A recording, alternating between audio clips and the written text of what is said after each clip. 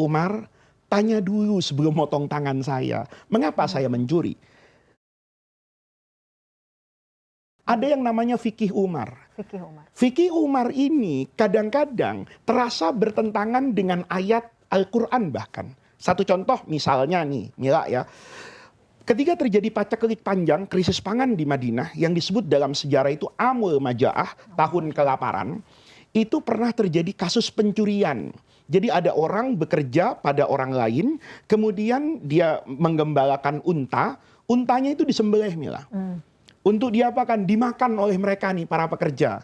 Maka kemudian pemilik majikannya itu lapor sama Sayyidina Umar ibn Khattab. Ini pekerja saya mencuri, Umar, mencuri unta saya. Kalau gitu kata Umar, kita potong tangannya. Karena sudah sampai pada nisabnya. Maka ketika dihadapkan di depan Amirul Mukminin Umar bin Khattab, orang tadi mengatakan, Umar, tanya dulu sebelum motong tangan saya, mengapa saya mencuri? Sederhananya para pemirsa, yang pertama, ternyata orang ini orang miskin di tengah-tengah paceklik. Ya, maka majikannya boleh jadi ini orang kaya tapi pelit, tidak punya kepedulian sosial. Maka ketiga itu, ini namanya ada syubhah. Syubhah itu dalam fikih itu ada delik. Misalnya keyakinan orang ini kan di dalam hartanya orang kaya itu ada haknya orang miskin. Maka karena dia dalam keadaan lapar, dia katakan, loh majikan saya ini kan kaya, saya lapar dan miskin, kan dia punya kewajiban nolong saya. Tapi tidak pakai ngomong nih, dan ini nggak boleh dilakukan sebenarnya. Dia ambil sendiri hak dia. Iya. Tapi ini namanya syubhat. Dalam hadis yang disepakati dan diamalkan semua ulama, idra'ul hududa bisyubhat.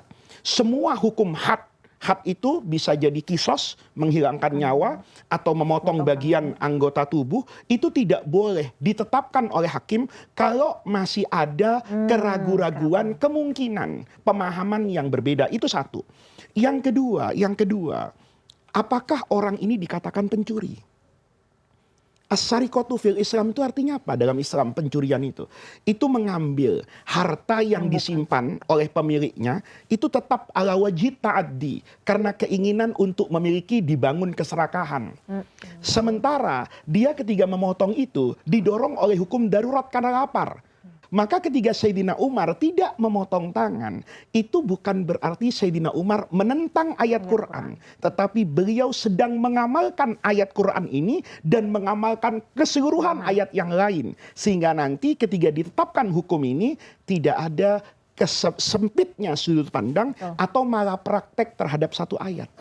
Hari itu Sayyidina Umar tidak memotong tangan. Kenapa? Ada alasan. Kalau orang tadi dipotong tangannya, itu justru bertentangan dengan ayat Al-Quran.